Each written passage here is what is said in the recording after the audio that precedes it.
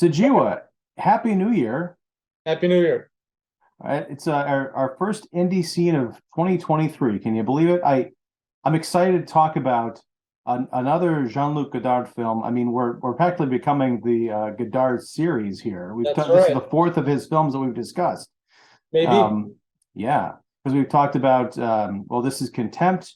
We talked Hmm. about Breathless a couple months ago. Alphaville, I believe it was early last year or the year That's before, right. and then one of his more recent works, and I keep forgetting the Goodbye to name of it. language. Goodbye to language. Yes, Yeah. Goodbye to Language. Yeah, from a few years ago. Yeah. So this is it's a fascinating journey because the more I get into Godard, the more I understand what the big deal is. Good, good. So before we get into all of that, I mean, you're knee deep in script writing for Mhm. your latest project. So give us an update on all things with Cosmic Disco Detective Renee. It's on the way. I'm finishing it up. Hopefully, over the next couple of days, it'll be done. And a lot of it, part of it has been shot. So we're about to shoot the dialogue scenes. I'm going to shave and look like a younger person for the movie. Um, Not quite 100, more like 80.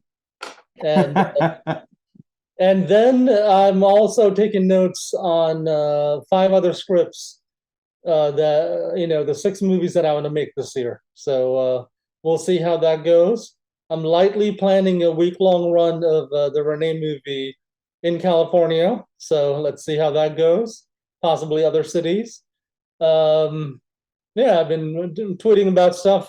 Lack of diversity in the New York Film Critics Circle. That's one of the more recent subjects. So yeah, keep him busy in Brooklyn. Soon as this new movie is done, it should be by hopefully end of February, early March. I'll send you a screener so we can discuss it. Definitely. Well, that's exciting stuff. I do want before we talk Contempt, I do want to pull over and ask about the New York Mhm. Film Critics Circle. Mhm. Because it's a very interesting quandary because you tweeted out a photo. I don't Was there an article attached to it, or was it just the photo of the group at like a recent, probably like an award celebration or something? Yeah, it was at a recent award celebration. I never knew about the you know who's in the group, and I just knew that it was a big group. There's maybe 46 people, no, 43 people, 43 writers, critics, and only like six of them are visible ethnic minorities. And for New York, that's very bizarre.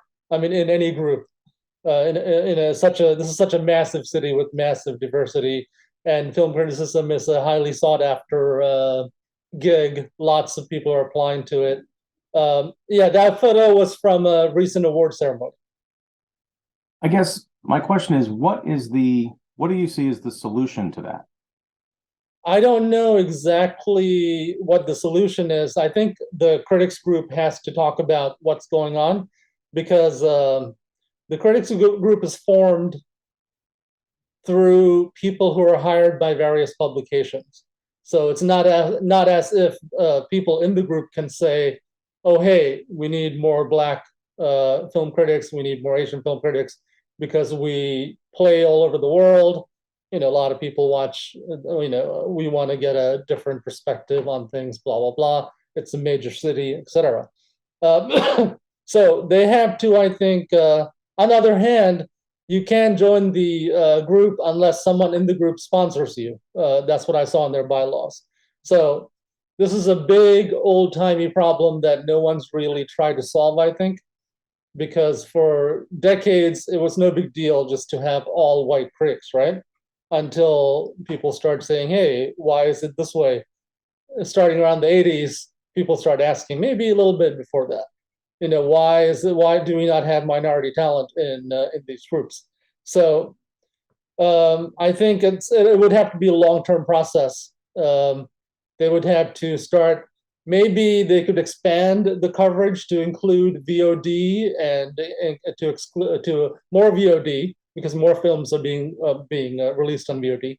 And there should also be another problem I have with the group is there should also be regular coverage of New York City movies because hundreds get made by indie filmmakers and get released now in New York. And a lot of those are not covered because they're still going off of, covering major Hollywood things and major Netflix streaming type things, even though some of the minor indie stuff do get a lot of views now because of VOD and because of the web.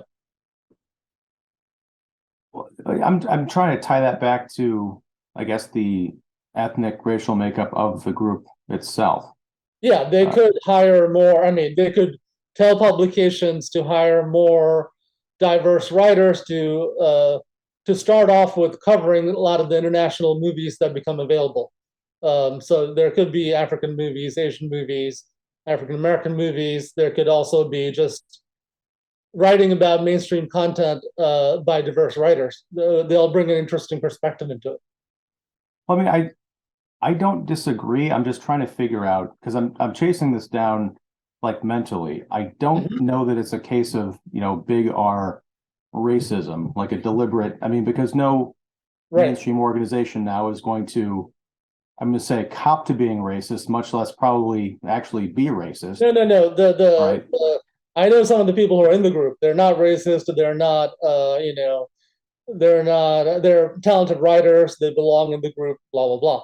Yeah. But this is due to, sort of decades of not dealing with the idea that there should be more diversity in various groups. Now, this is not the only critics group that has the problem. This is across the board. Yeah.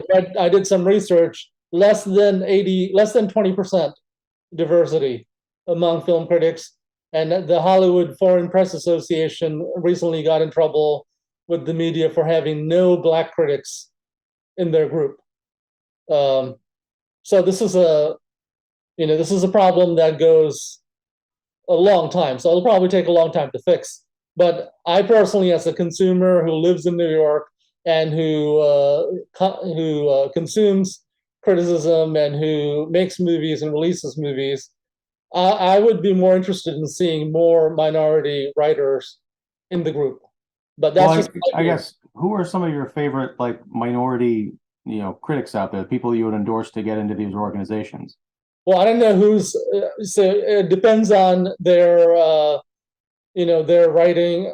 Depends on who's in New York, right? Depends on what the rules are. Now, I think that rule, being physically located in New York, might also need to change, because since we're in the post-COVID era, people can live anywhere, watch movies online, and report to a publication that's based in New York, and I think could belong to a group that's in New York. They say the New York Film Critics Circle say that they have 3 members who are like that, who are not really based in New York, but nevertheless. New York City or New York State? New York State, who are not. I mean, yeah, the group might be initially, for many decades, may have been really limited to just people in New York City area. Yeah. So now they have at least 3 members, they say, that are not even living in the East Coast or are in the West Coast, but are still members of the group. I'd have to do, without, excluding people, I'd have to look at who is around. I know a few people who also, this is also, there are some members in the group who do want and have been campaigning for additional diversity and who've tried to get people in. So there's a sort of an in progress politics things happening. So I don't want to comment on any names, because these changes that I'm talking about might already be in progress.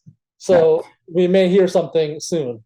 But the point is, there is a lot of diversity in film writing, both in New York and also U.S. wide. And I don't think it needs to be limited to writers who actually live in New York.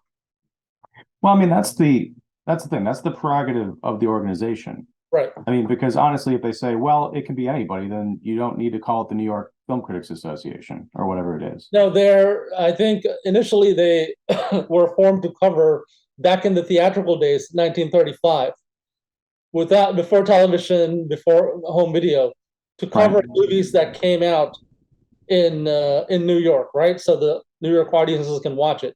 But now in 2023, New York City audiences can and do watch things on video on demand that come out from all over the place. It doesn't. All right, but I'm not talking. I understand, maybe how it was founded, but if you talk Right. about the identities of various critics groups, it doesn't make sense for someone from Plano, Texas, to be a member of the Boston Film Critics Association necessarily. Mhm. The Chicago Film Critics Association, we have a geographic area. There have been some, from what I understand, concessions made to people who are just like outside the boundaries, but Mhm. I don't think we have anybody in like Champaign-Urbana, who's like 3 hours south of the city, who's part of the, CFCA. Mhm. So, Go ahead. well, I was going to say the other, I mean, there's all sorts of ways you can pick this apart. Right.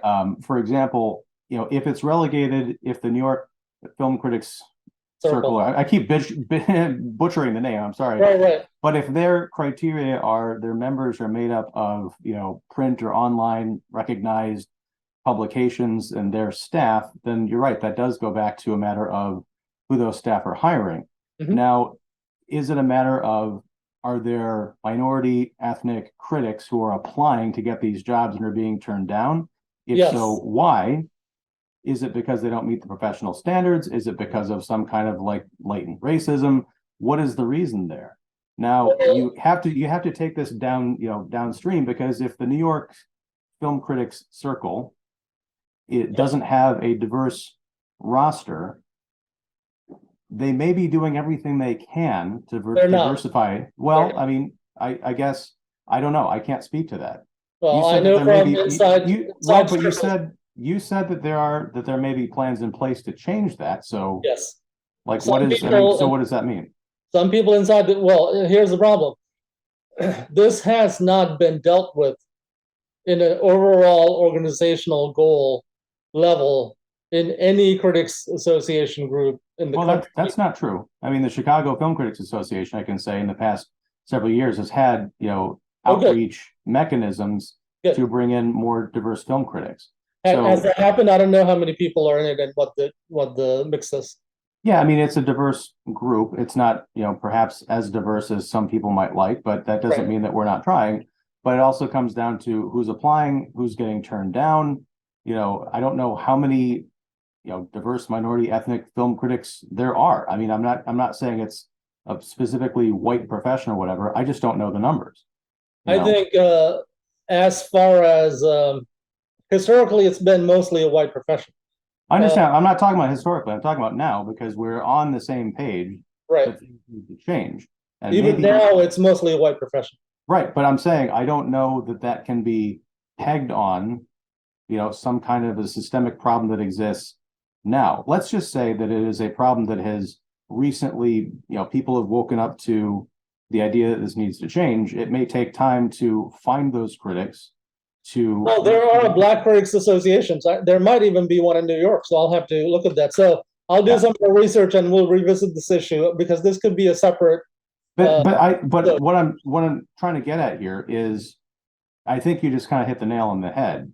If there are groups of Black, minority, ethnic film critics out there who feel they aren't being represented by the name brand recognized associations or whatever, they can form their own groups. And I think that would be very interesting to see, if those other groups stand up and take notice, if that's more of a push to, do a better job of opening up the floodgates.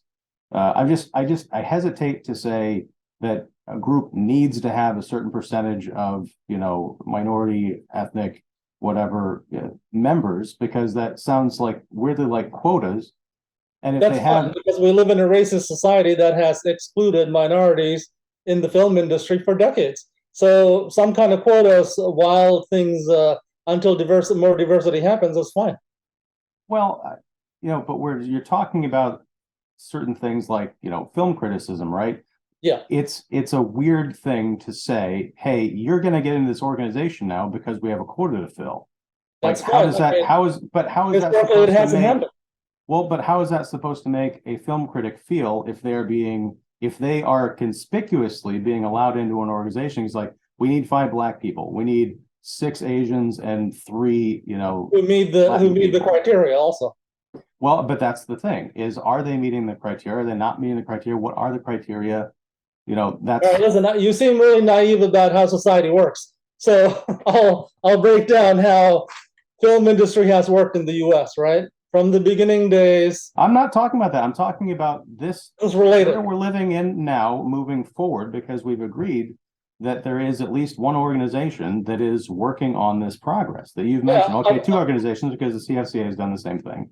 Yeah, so I understand it's been historically difficult, but I'm talking about people trying to solve this problem now. What's the best way to go about it? I think just like throwing bodies at the problem until we get more qualified people is just kind of a weird thing. We already have qualified people. The group doesn't want to change so far. But here's the thing: what are you basing that on? Of the group not? I talked to people who are involved in critics groups, and they have said this is the internal dialogue. They've said that they don't want minority critics in the group. That it's difficult to add minority groups. But that's a different thing, though. Listen, Ian, if you're interested in this, do some research. I'll send you some links. If you want to not talk about contempt and go into this, we can have a full episode about it if you want. But there's 2 articles that I posted that talk about why it's difficult to diversify critics groups. And okay, can you boil down the high level points for me just real quick here? Some people who have been in the job for decades, it's a job that once they get it, they don't want to let go, or changing of the guard doesn't happen a lot. When you say the job, are you talking about like staff positions at publications? Yeah. Okay, but this is outside the purview of the critics groups, though. The critics groups are made up of people who are writing in various publications. Right, but I'm saying if there's critics groups don't tend to be exclusive in the way that a staff publishing job is. Like if there are 3 writers at the LA Times, and you want to get a new writer in to be one of the top 3 writers, then yes, someone does have to be shoved out.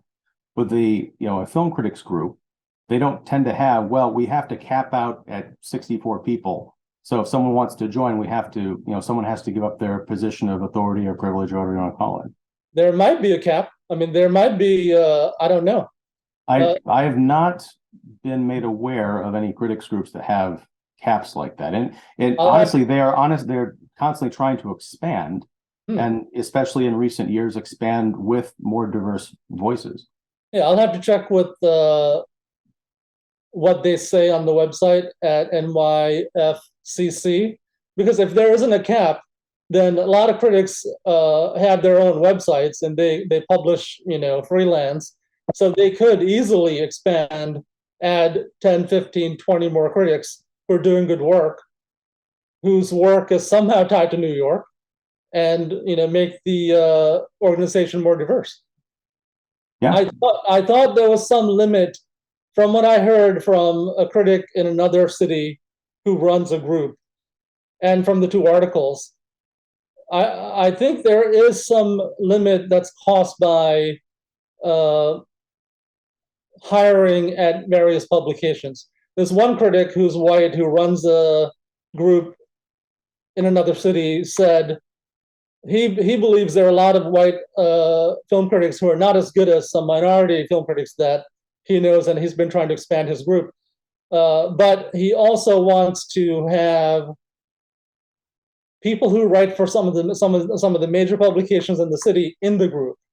So, I want to clarify something. You said this person, their group, is this a group they're a part of, a group they run? I think they help run it, and they're part of it. Then what is preventing them from expanding it to include the minority writers that they want to include? They've started expanding. Okay. But they said one of the problems, and this is another article said this also. I assume that whatever group wants to be the most significant group in a city wants to include people from the big newspapers and the big media outlets. So that if that is all, made up of white writers, so you start with, a significant amount of white writers, and then they are probably looking for ways to expand it. So in the future, maybe it'll be like, 50 members in each group, and some representing just writers who write at websites. So there hasn't really been a large push in New York to come up with a solution. The other person that I talked to said that change in this area is super slow to happen. Not sure exactly why. I don't know why it can't be done fast, especially in the days of the internet, right? You see who's writing, who's relevant, and you make them members. Well, I mean, yeah, and that's a whole other, almost a separate discussion, because with my LA Times example, and I'm just using it as a generic big name publication. But one thing I should say, we don't have an official explanation from NYCFF as to why the membership is not much more diverse. So this is just guessing based on things people said. So hopefully they'll make an official statement down the road. Same thing happened with the Hollywood Foreign Press Association. Right. People asked questions, then ultimately, after many years, they explained, yeah, we need to do a better job recruiting minority talent. Yeah, and the Hollywood Foreign Press, I think, is a separate situation. But as far as, well, I mean, but what I'm trying to get at is they are much like the New York situation. They're a body that is made up of representatives of different press outlets, right? Who set their own policies in terms of who they hire and what they cover and all that business. So what I'm saying is, if you've got a publication that's a mainstream publication that has staff and a budget and all that stuff, not people who are typing for free or for very low pay on their own websites, which I'm not gonna knock them because I am one. But some people do make money, a lot of money. Right, but what I'm saying is they are not necessarily going to have the same name brand recognition as a Richard Corliss or even a Robert Daniels, or a Richard Roper. So you've got kind of marquee names in film criticism at these big publications. Now these writers are paid. They I'm assuming are paid well. They probably have other film criticism is not necessarily the same lucrative business that it once might have been back in the day, but these publications have their budgets, right? Yeah, many New York film critics are paid really well. Well, okay, I mean, people who are big names who've been at their publications for right, but that's still a small number of people compared to the number of New York working film critics. Yes. I can say the same thing. That was one of the big surprises to me when I joined the CFCA, almost 10 years ago. Is how many of our group are doing it mostly out of passion and certainly not for the money. A lot of folks have day jobs and side gigs, or their film hustle is writing for a billion different outlets a week. Yeah, same thing in New York, I think. Right. So my point is, the LA, I keep using LA Times, but if they want to diversify, that probably means knocking out one of the marquee names, or finding someplace in the ever shrinking budget of news publications to bring someone on. It's kind of hard to on the publications end, right? Right. Right, but that feeds back to the film critic. Right, but on the group end, debate. Yeah.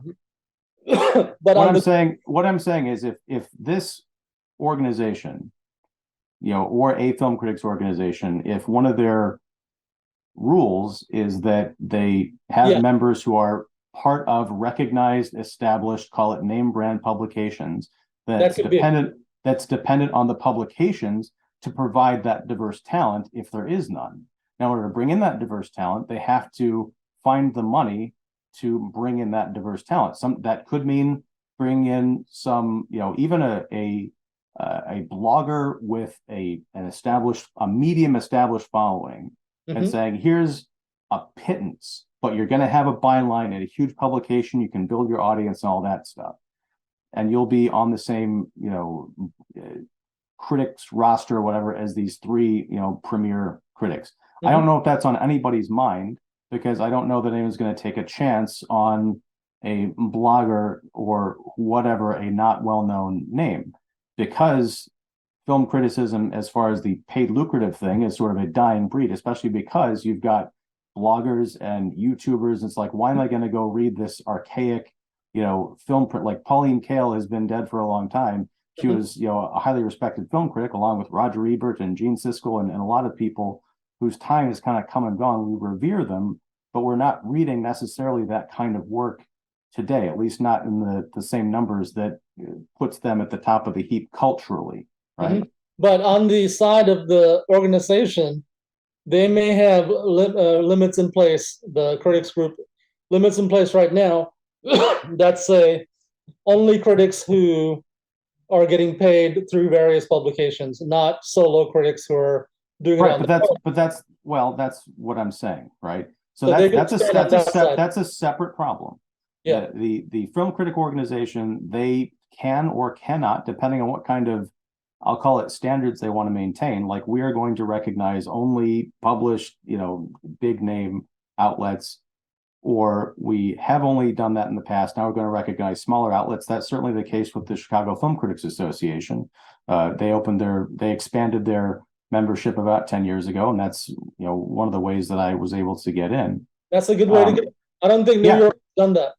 Right. I think that's a good way to address it, policy wise, if they're looking to get more diverse voices. Because if what I'm trying to get at, my long-winded way, is, let's just say there are 50 mainstream publications across the United States, say one, I'll just say one for each state, Right. that has a recognized publication that has 3 film critics on it. And, most of them happen to be white, because maybe they are all legacies who have been, at it for decades, and they're name brand recognized people, that people, if to the extent that they follow film criticism, are going to pluck down their $1.50 for the new New York Times or whatever to read whoever. That's not necessarily, I mean, that problem can be solved critics group wise by expanding to lesser known publications. Right. But the publications themselves, if they want to diversify, they may have to knock off a top tier critic and take a chance on bringing someone else in who's less established. And I just don't know that maybe no one's made the case for that. No. Maybe they have made the case and been shot down. And it's like, if you're going to say, let's take it to like a movie studio example, you've got Francis Ford Coppola. No one's really arguing that establishing people get fired. They're saying expand it. Right. But what I'm saying is, likely, as most things in business come down to, is budget. We've got 3 film critics we're paying them $150,000 a year each to do what they do. Let's set aside another $50,000 to give it to some unestablished person. That's kind of a tough sell in a shrinking industry, on the chance that it might expand the readership. It all depends on what's happening with each publication in New York, and New York publications are different than in other cities. Some do really well. Some have ways of being funded through parent companies. Right, but even parent companies, you have to make the case, I need X money to support this unknown quantity that may or may not increase our bottom line. And especially in this economy, I'm not trying to say that I don't want diverse voices. I'm just saying that the reason there aren't many diverse voices may come down to several factors that don't have to do with historical or present day prejudices or anything like that. It ultimately does tie into that. Well, I mean, in the sense that, yes, if we want to go by the example that all the mainstream established critics are white because they've been in this business for decades and there's not much room at the top, then sure. Yeah. But again, I'm talking about forward facing, what are we going to do about it now? Yeah, I think since the focus is not, publications diversifying, that's a secondary discussion. I think the primary discussion is just me seeing how, also I should say, there's the concept of visible diversity and there's concept of invisible diversity, right? There could be people who are minorities or who identify as minorities who look white who are in that photo. So I know there's a Turkish background guy in there, there's an Indian background guy in there. So I'm just talking about visible diversity, and that's an entirely different topic where, people who look a certain way are affected through racist policies in the US because of the history of the country and the way the society is set up, blah, blah, blah. So if we want more, if I'm making decisions for the critics group, and if we want more diversity, I think the easiest avenue to go is to look at who is writing, who are minority writers outside of the main publications, who are the same way that your film critics group did it. Expand by looking at new talent that may not be writing for major publications. Yeah. Oh, or expanding the definition of what major publications means. I'm sure there are, I'm trying to think of the best. I keep using the term black minority ethnic. It kind of brings up, stomach acid for me. Well, let's just say, I'm sure there are black and minority ethnic newspapers and news organizations in these major metropolitan cities. Maybe expand to include those as, major reputable publications, assuming they have some kind of a film critic or arts beat, component to it. There are black newspapers in New York. There are Asian newspapers. There's newspapers or websites targeting every demographic in New York. Yeah. So when this critics group was formed in 1935, I'm sure there was even some of that diversity already happening in New York. But they just focused on publications reaching the white, money-paying majority, because that's and that I'm sure has changed over the decades as civil rights and other changes have happened in America. So, so the next generation of leadership at the NYCFF should look at it and come up with ways to expand diversity, because it could be a great benefit. It could bring in new readers. It could help discover new talent in filmmaking and film writing, and it won't look shockingly old-timey. Like when I saw that photo, I was like, whoa, are we in Norway? It's in some small town in Norway? Well, I mean, that's kind of the other thing that makes me uncomfortable with this is like, yeah, it's a photograph of a bunch of white people, but just dismissing it as a photograph of a bunch of white people kind of disparages the people in that photo. No. Are working very hard at their profession. That's not what I'm saying. Well, I understand, but it can come off that way. Right or no. I'm not saying those people in there don't belong in there, are not talented, blah, blah. Although some people who are in the industry have argued some people do need to retire and make room, and they're just not doing it. There's more talented people out there. Anyway. Well, yeah, but that's all subjective, and that could come down to petty jealousy. Like, why am I not in that group? Or, that person should retire so someone quote unquote better could slide in. Maybe that better person is me.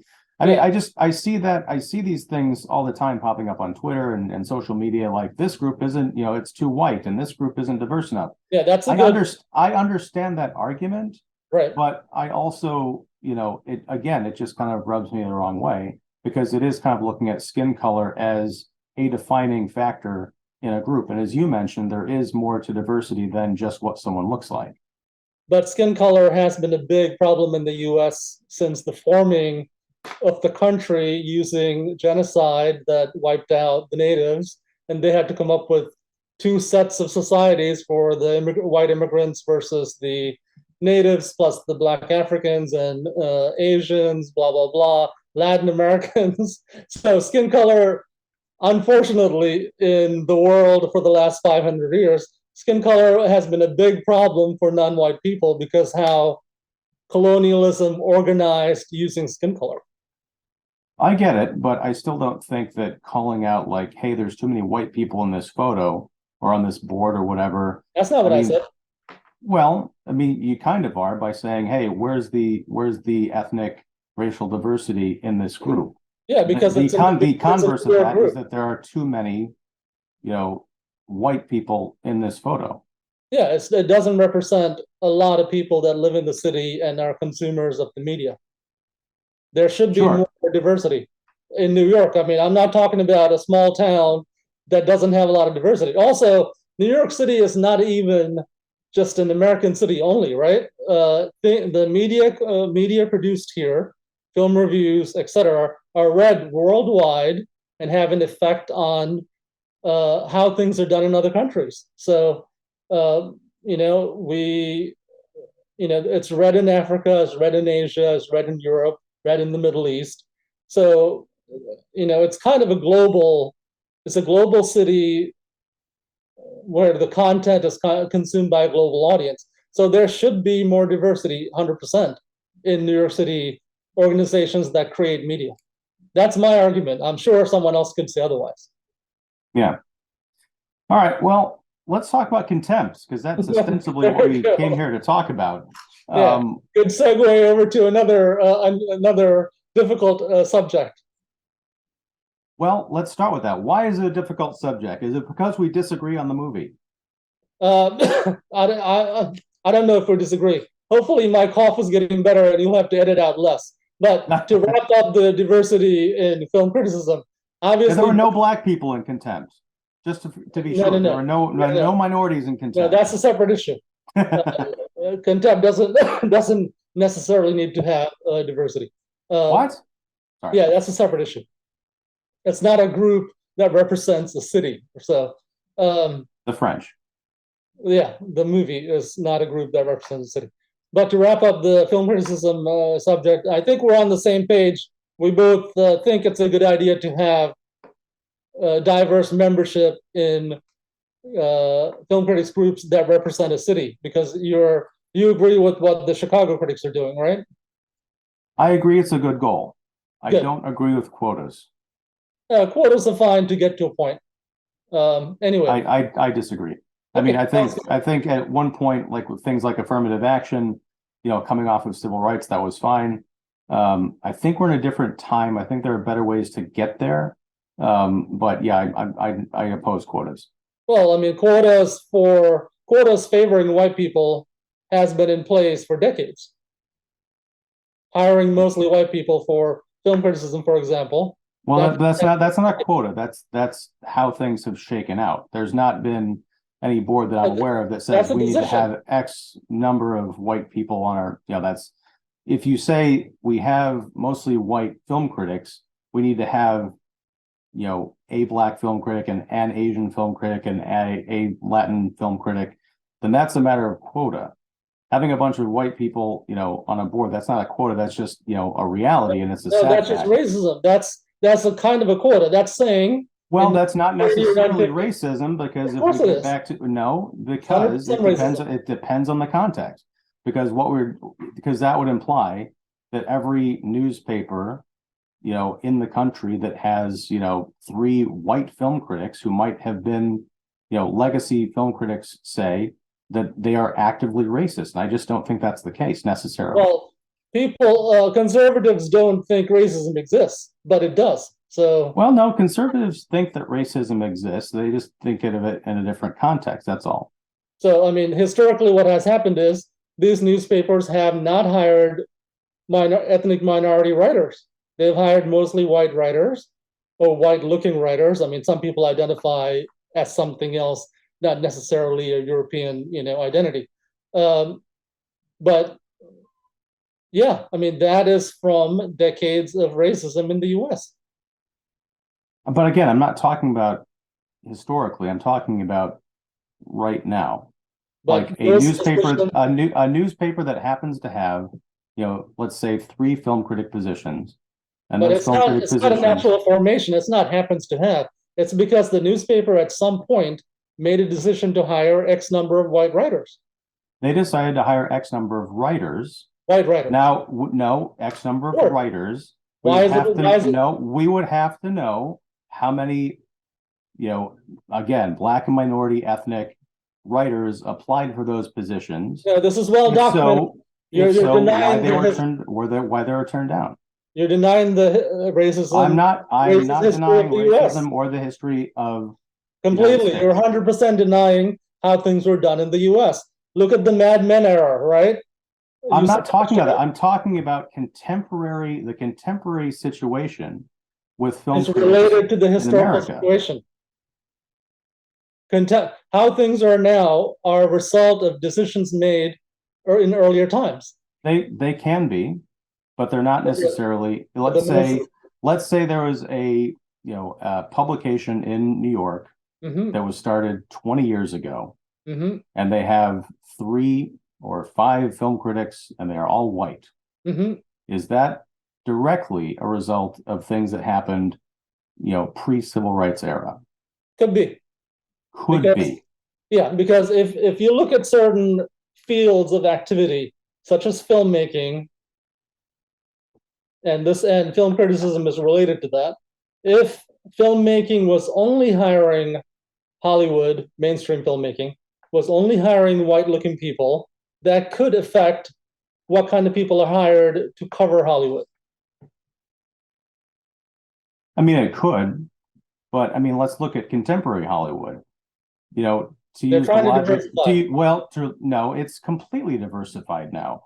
No, I don't know if it's completely diversified. Look, the mainstream large marquee Hollywood actors are largely a thing of the past. Now that's partially because of things like streaming and I'll say diversified channels of media, entertainment.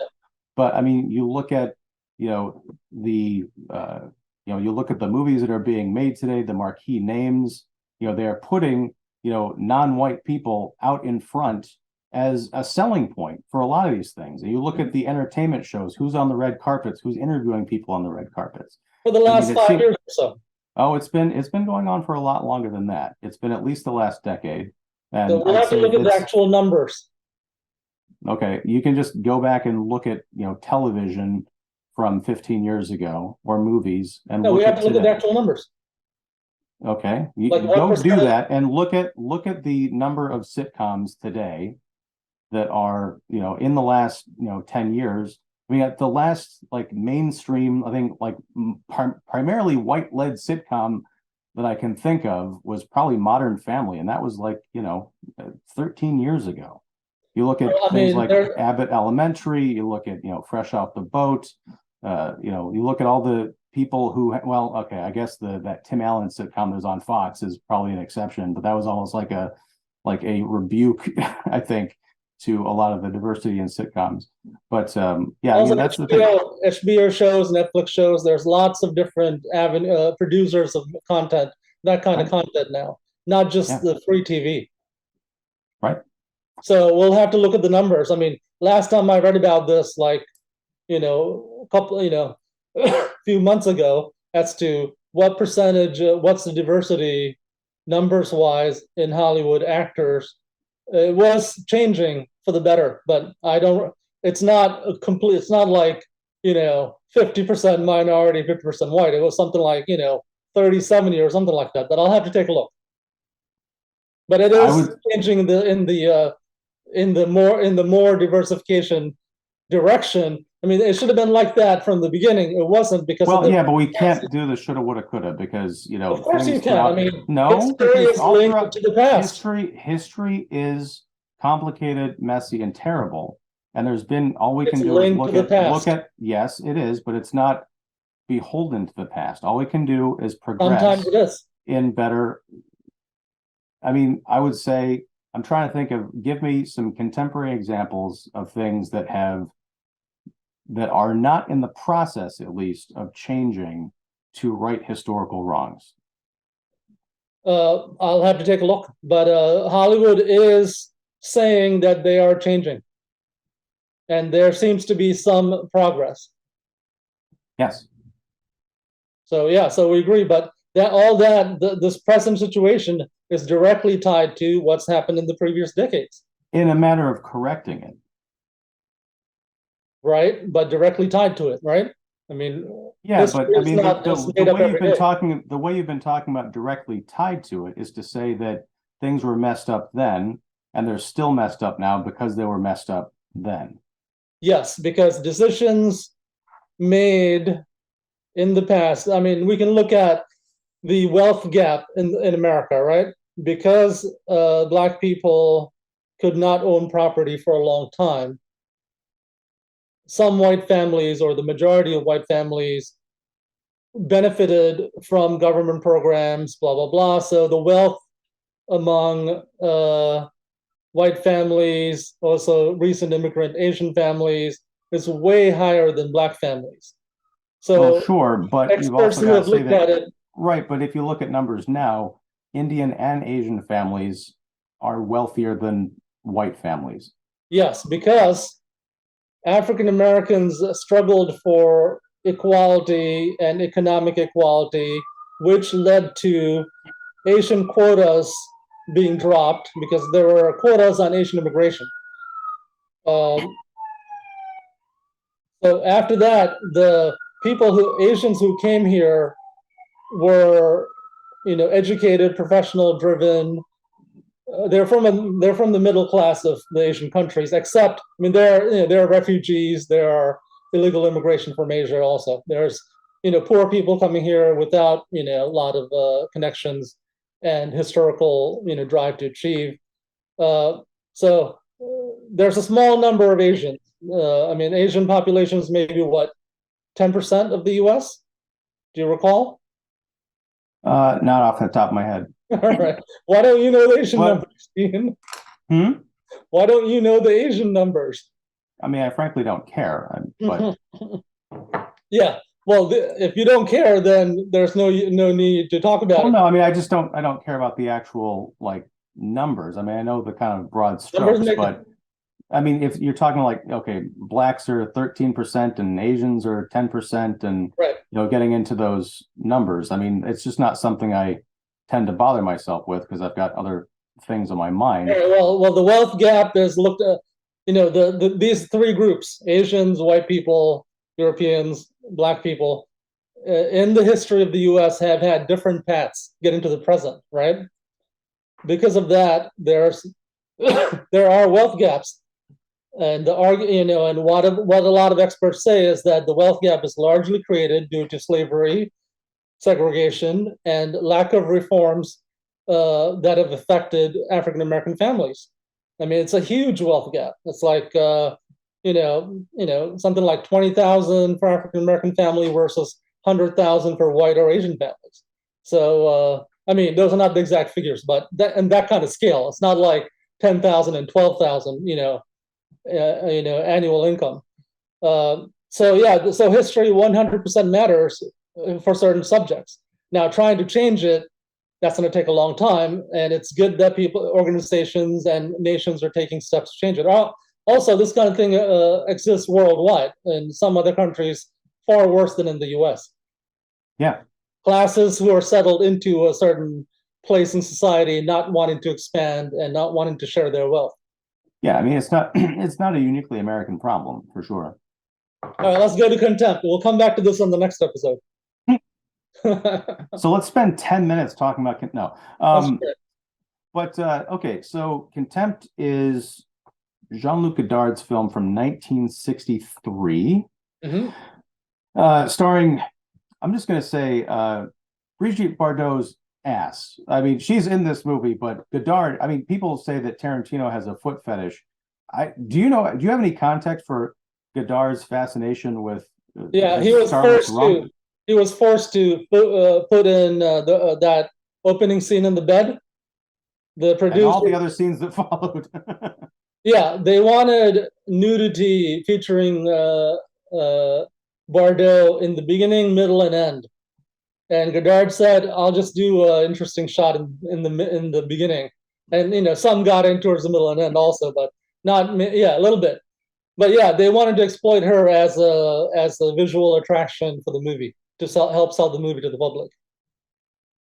It's a weird thing because she's sort of presented as this sex object, but I thought, and it's almost a shame because I think in some ways it could be seen to, undermine or cause me to not expect much from her performance. But I thought she gave a really strong performance in this story about a marriage between a former typist turned sort of kept woman to a former crime novelist turned reluctant screenwriter who is called upon to help rewrite or punch up the film adaptation of Homer's Odyssey as directed by Fritz Lang. That's right. with an American film producer played by Jack Palance. This is the most bonkers premise I think I've ever seen, which leads to what I would consider. I only watched the movie between yesterday and this morning, so I've only seen it the one time. One of the most boring circular movies I've seen in a long time that I think completely pays off thematically in the end. So to the point where I can watch this again, and I think it's kind of like The Usual Suspects. You know, it all comes together in that end of the montage, and everything else kind of falls into place if you go back and rewatch the movie. I feel that way about Contempt. I think it's brilliant. Yeah, it it gets better towards the end. I thought I was bored by it in the beginning. I had to restart several times, shut down other things, come back the next day. Overall, I'm not a big fan of the movie, but visually it looks nice. There's some interesting visuals happening. The camera being so away from the action, I don't think really served the story well. I mean, in Breathless that we talked about a few months ago, recently, the mix of shots, close-ups, mediums, wide shots, that kept things going and gave it a little bit of energy. Well, I think when people talk about Godard, I think they kind of lump in, and rightly or wrongly, with this idea of kind of French artistic filmmakers and everything is probably about like symbolism and all that jazz. This is a movie I think could rightly be tagged with that label, as there's a lot of visual symbolism going on. So to your point, like the opening scene, I think is very close and very sensual, especially not only just because the camera is like fetishistically going up and down Bardot's body, but it's because her character Camille is in bed with Paul, her lover, and that's the last time that they are really connecting with each other. The idea of the removed camera later on speaks to the lack of intimacy, the lack of closeness in their relationship that we're kind of watching fall apart. My issue throughout the film of this circular dialogue, I don't know if you love me anymore. I don't know if I love you anymore. What happened, before I showed up when you were talking to that film producer? You don't want to know. Yes, I want to know what happened. I don't want to talk about it. Like all this stuff is kind of maddening. Yeah. And then at the end, you come to realize what all of that means for their relationship. Now, I'm not endorsing, what happens to the relationship, but it does have an internal logic that, though it's hard to get through, it's the best, I think, way of showing the strain and the boredom of their relationship without just coming out and spelling it out all in text. Yeah, I mean, my problem was it wasn't entertaining, the movie. It's visually interesting. There's some, creatively interesting things in there. The characters were not very likable, so I was just in the mood for entertainment when I watched it. And it was between watching watching Contempt versus watching Vikings Valhalla season 2. So so when I was in the middle of so I think I did end up watching Vikings Valhalla season 2 in between starting and finishing Contempt. That must have been a wild experience. Vikings Valhalla season 2 on Netflix is much more entertaining than Contempt, but I can see why some people are into Contempt. I heard Godard was forced to shoot on CinemaScope also. Like, well, the producers wanted him to shoot on CinemaScope. It wasn't necessarily his first choice. Well, it's an odd decision because at the beginning of the film, there's that great kind of tracking shots of a film being made of the assistant kind of walking, I think, reading a script or something as she's going to the screening room. I might have that mixed up, but it definitely opens with a tracking shot like, hey, this is a movie about people making movies, and then they turn the camera so that it's facing that was a good way to start the movie. Right. And in addition, I mean, I had the subtitles on, but there was a voice actually reading the credits of the film, which I've never seen before, just kind of announcing everything. But it's weird because the subtitles were on, but I imagine in French there wouldn't be any text in the film because I'd be watching it in the native language. There were no actual visual titles on the movie except for the name, the title card, but then when they're doing the credits, like starring Brigitte Bardot and Fritz Lang, that was all spoken. There was no credits on the screen. So it's kind of inviting us into this weird immersive world where we are participating in and eventually become the subject of the film. Because I think when that camera turns to us, it's almost like inviting us to examine our own relationships with the movies and with each other. Yeah, that's a common thing in a lot of Godard movies. Examining the filmmaking process, examining the reflexivity, examining the audience relationship to filmmaking. And he constantly reminds people it's a movie that you're watching.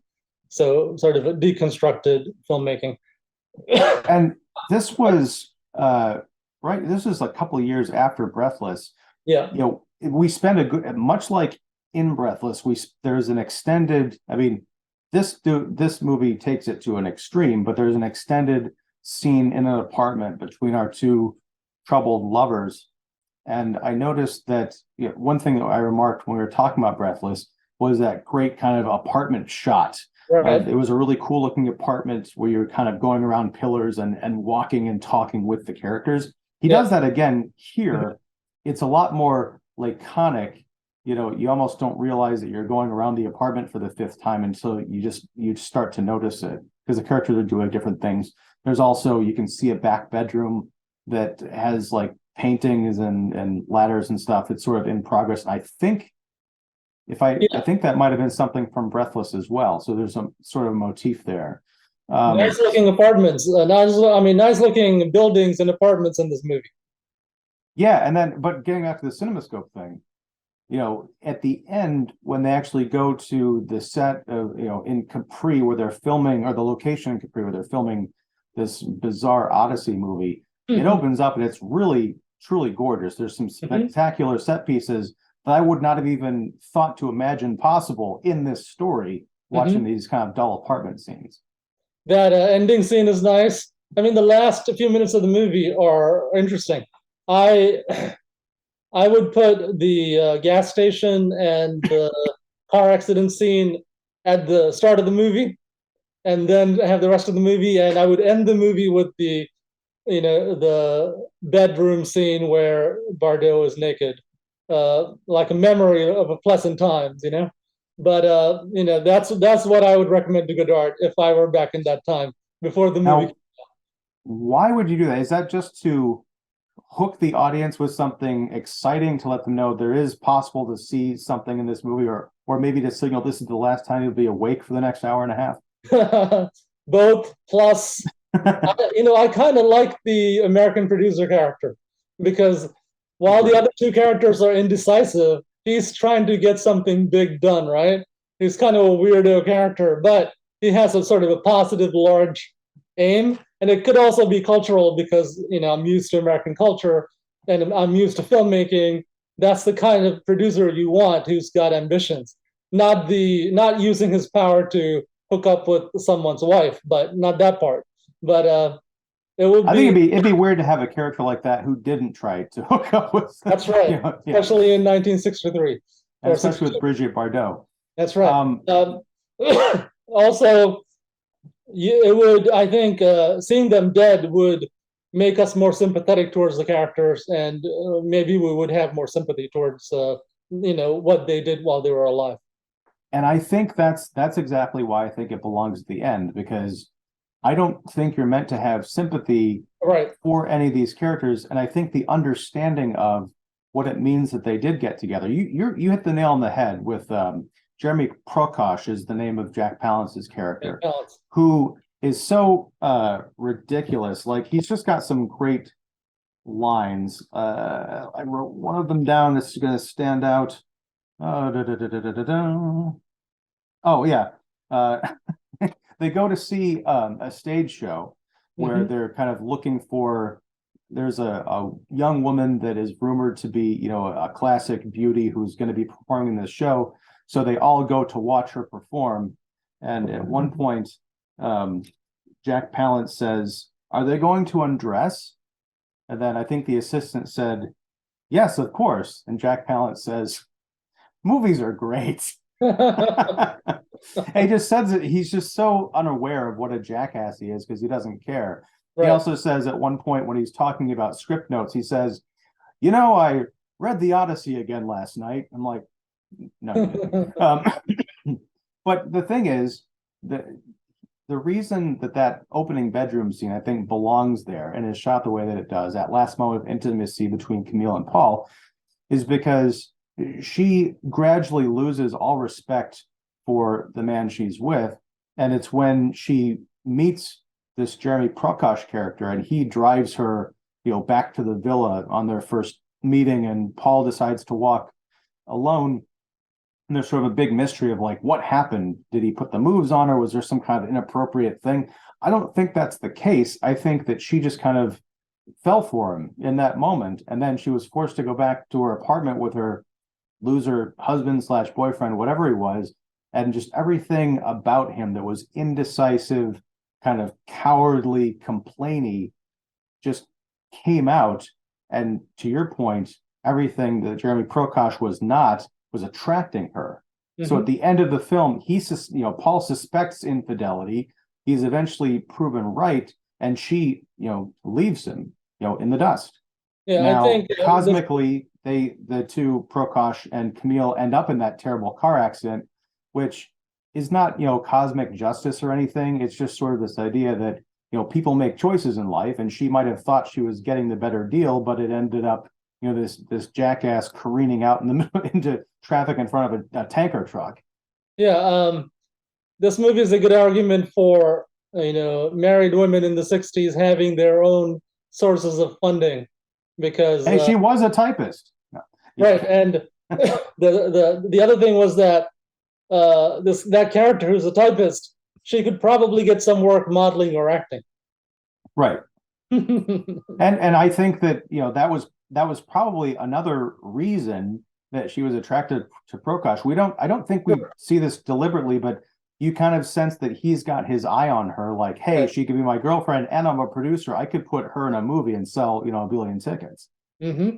And I wonder if this was the situation with, I think Godard at that point, or soon, I think around that point, Godard was married to Anna Karenina. Is that her name? Anna Karenina, right? I think that was a Russian novel, wasn't it? No, there's an actress. Who was Godard married to? Anyway, some famous, good-looking actress.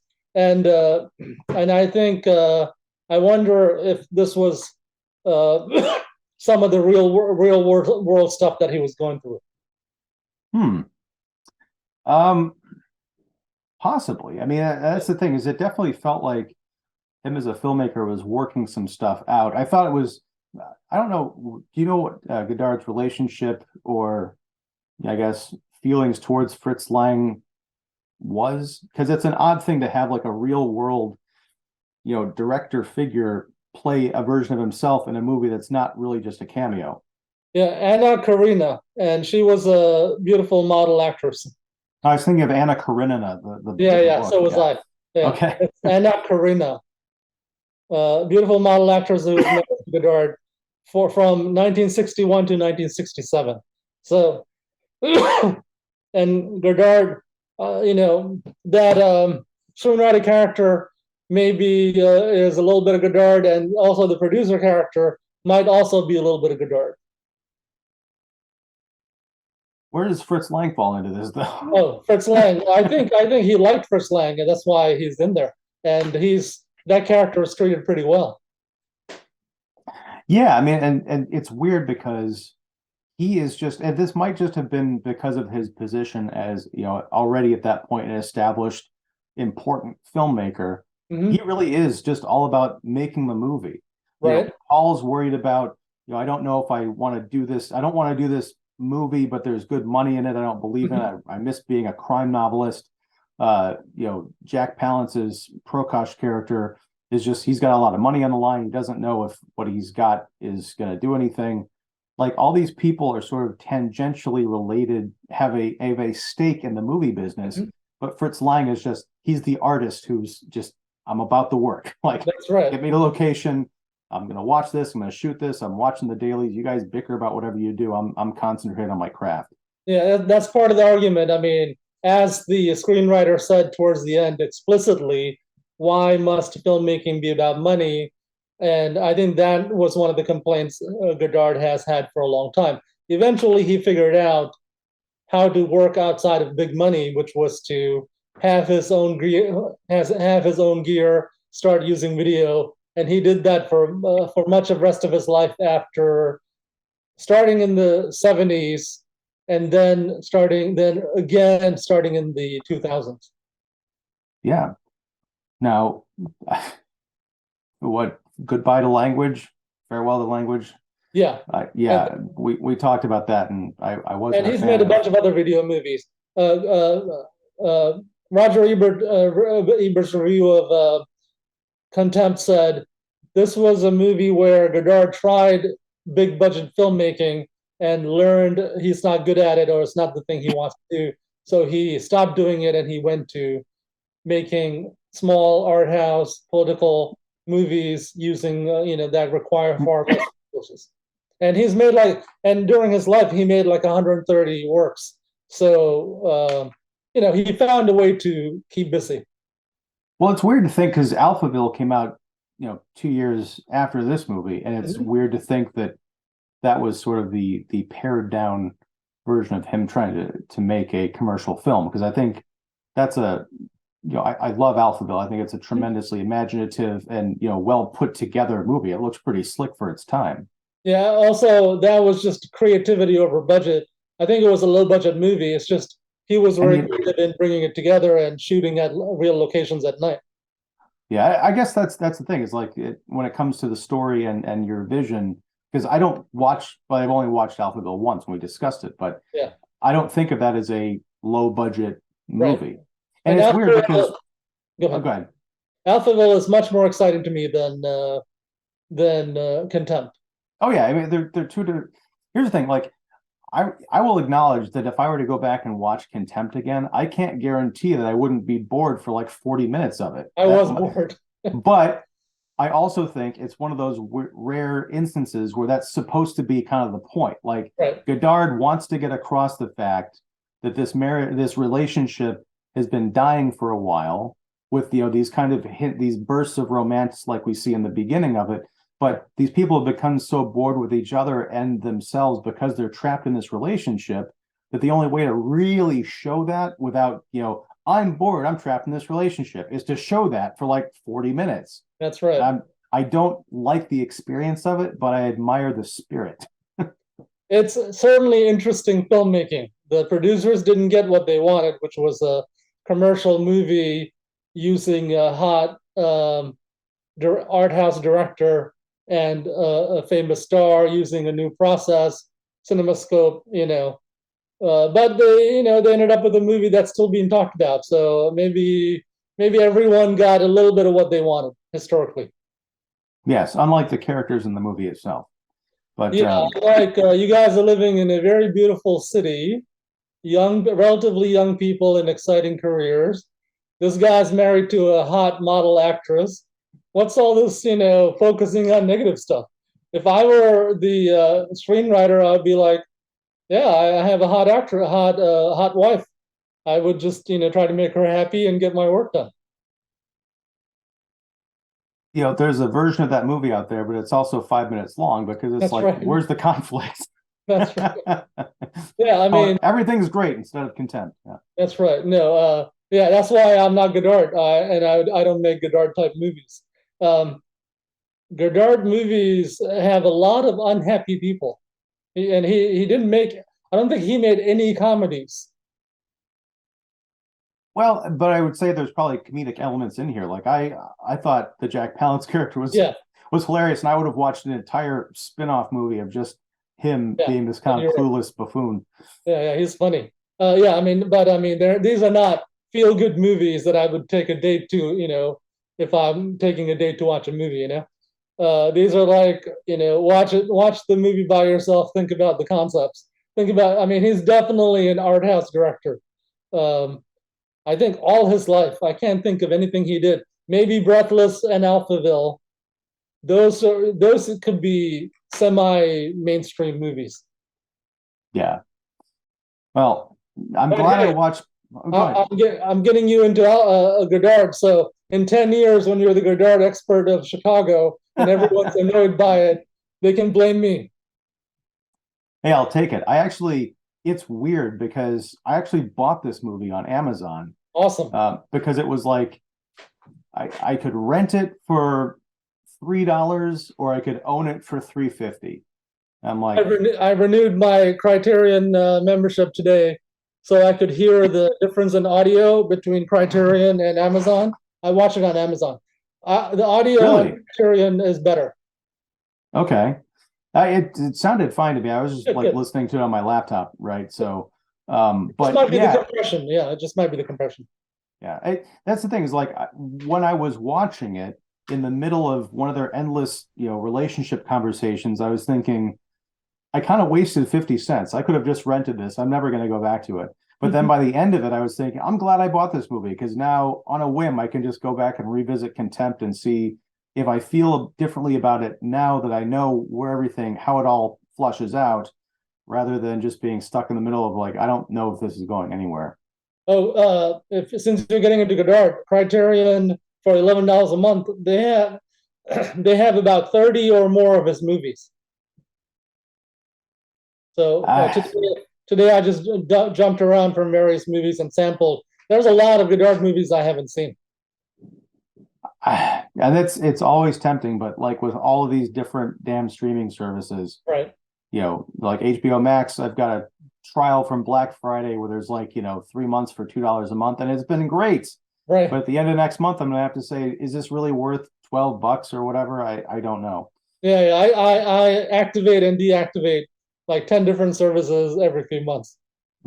That's the way to go. That's right. But anyway, I think I'm gonna deactivate this conversation unless Sure. there's anything else that you want to talk about regarding Contempt. Well, overall, I would say this show has a lot of good amount of diversity. No one can complain about that. So learn from this show, NYC, no, NYFCC, and no, I'm excited about the next movie, No Bears, which hopefully you'll get to watch Yeah. at a movie theater, and that'll be a fun movie to discuss. I don't think we've covered any Jafar Panahi movies so far. So yeah, Iranian new wave and modern filmmaker who's in jail now. So In uh, jail. yeah, he's Is in this jail. like a political prisoner situation, or Political, did he yeah, kill yeah, yeah. somebody? Okay. The government banned him from making movies like 10 years ago. And he's Wait a minute. Did was there and I he don't know if it's secretly the made same some. filmmaker. Was there a thing where he was going to trying to get to the Oscars some years ago? Or That's another filmmaker the Iranian government was messing with. The Iranian okay, government doesn't like a lot of their filmmakers, even though they're popular in the West or known and liked in the West, and they could be a revenue stream, blah blah. But backwards conservative government. So yeah, Jafar Panahi was banned from filmmaking a few years ago. His sentence was suspended. Then he made some movies secretly. Then he questioned the government because the government jailed some of his filmmaker buddies. Then they activated the sentence. Now he's in actual prison. The and no, so this was one of the he made this film when when his sentence was lifted. Is that or temporary suspended? before it was suspended before it was activated as a real sentence. This was the last movie he made before he was thrown in jail. Right, but I'm saying there was that got that kind of period where he was able to make movies and not He wasn't allowed underground. to. He secretly did it. Oh, he secretly this is one of his secret films. Wow. Yeah, this Okay. he did like 4 movies in secret, and they were smuggled out of Iran. Are they all available now? Are They're they all just available now. You okay? just Google Jafar Panahi, and I think various sites, Criterion, and a bunch of other sites will have them. Wow. Well, But that's very exciting. I think I want to say this is going to be the first, or at least the first in a while, contemporary film discussion we've had. Like we're going to talk about something that people could go out and see that's in the right. movie theater. Yeah. Oh, That's cool. and because this episode comes out earlier, uh, No Bears already in New York. It's coming to Chicago. I think January 20th. Yeah, it's coming out very soon here. Yeah. So go check it out, everyone. Good movie. rekindles your faith in indie, low-budget filmmaking. It's I'd like to say it's the micro-budget Iranian version of Pulp Fiction. Oh, nice. And also, disclaimer, not to be confused with the movie that's going to be opening wide around the same time, Cocaine Bear. Yes. We're not talking about bears. Yeah, I'd like to see Cocaine Bear also. Maybe we'll discuss it. That could be a micro episode. That's right. Yeah. All right. Time to go get dinner. Good discussion. We'll continue on all subjects next month. Send me the invite. And as soon as the movie is done, I'll send you the link for Cosmic Disco Detective Renee, the first in 50 movies starring that character. Excellent. I love it, man. Thank you so much. It's been a great talk. And yeah, I'll catch you next month. Talk to you soon. Thank you. All right. Bye.